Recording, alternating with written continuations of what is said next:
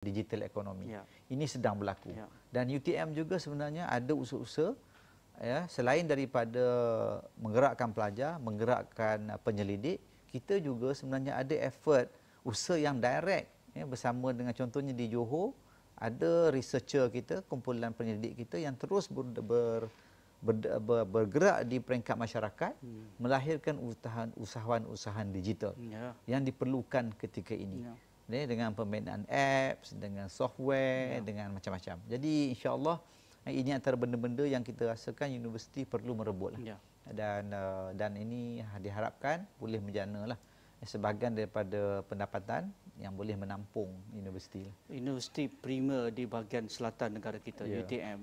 Bagaimana UTM mengambil peluang ini, kedudukan yang begitu strategik, pastinya Kerajaan Negeri Johor memerlukan segala daya usaha dan juga kekuatan UTM itu dalam menjadikan Johor sebagai nukleus baru pembangunan ekonomi dunia, kalau kita boleh anggapkan begitu. Ya, untuk makluman Saudara Nazri, di Johor dah untuk ini tahun kedua kita bersama dengan Kerajaan Johor dalam kita panggil Institut Inovasi Strategik Johor.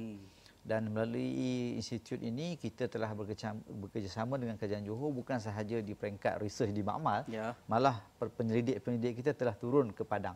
Mereka telah pergi ke daerah-daerah dan mereka menyambut, sebenarnya kita memberi respon kepada idea Yang Amat Berhormat Menteri Besar Johor tentang ekonomi Johor yang perlu dibangunkan berdasarkan kepada digital, berdasarkan kepada inovasi.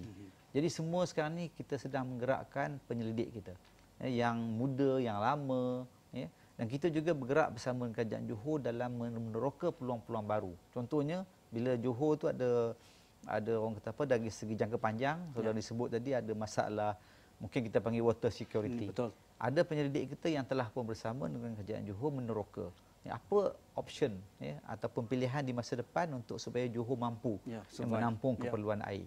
Dan kita ada bergerak di Johor dalam bentuk halal hub. Kita akan membantu dari segi membina kepakaran dan juga mengisi ruang-ruang di mana memerlukan guna tenaga, memerlukan kepakaran.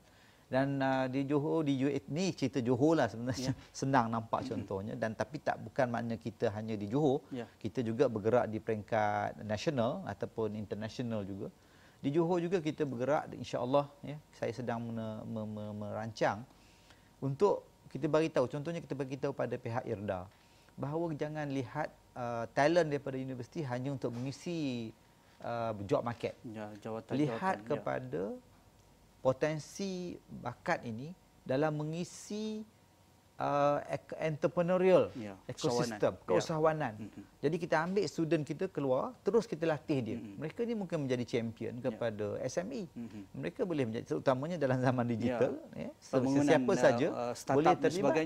Mereka juga boleh terlibat. Jadi kita ambil sebahagian daripada student ini melalui entrepreneurship center, melalui career inkubator. Semua ni sedang berlaku di universiti. Saya boleh bayangkan begitu rancak je aktiviti di UTM Skudai untuk melihat melebut peluang baru ini. Tetapi dalam masa yang sama, yang kata pun peranan universiti tidak boleh lari bukan hanya menyediakan graduan sebagai memenuhi pembangunan negara, tetapi graduan yang ada insan manusiawi. Ini UTM ada tertulis dekat logo yang dipakai oleh Dr. Wahid. Tetapi ini antara perkara-perkara yang perlu kita lihat secara lebih dekat. Bagaimana graduan yang keluar itu menyumbang kepada pembangunan kemanusiaan. Kita lihat yang kedua, jumpa lagi selepas ini.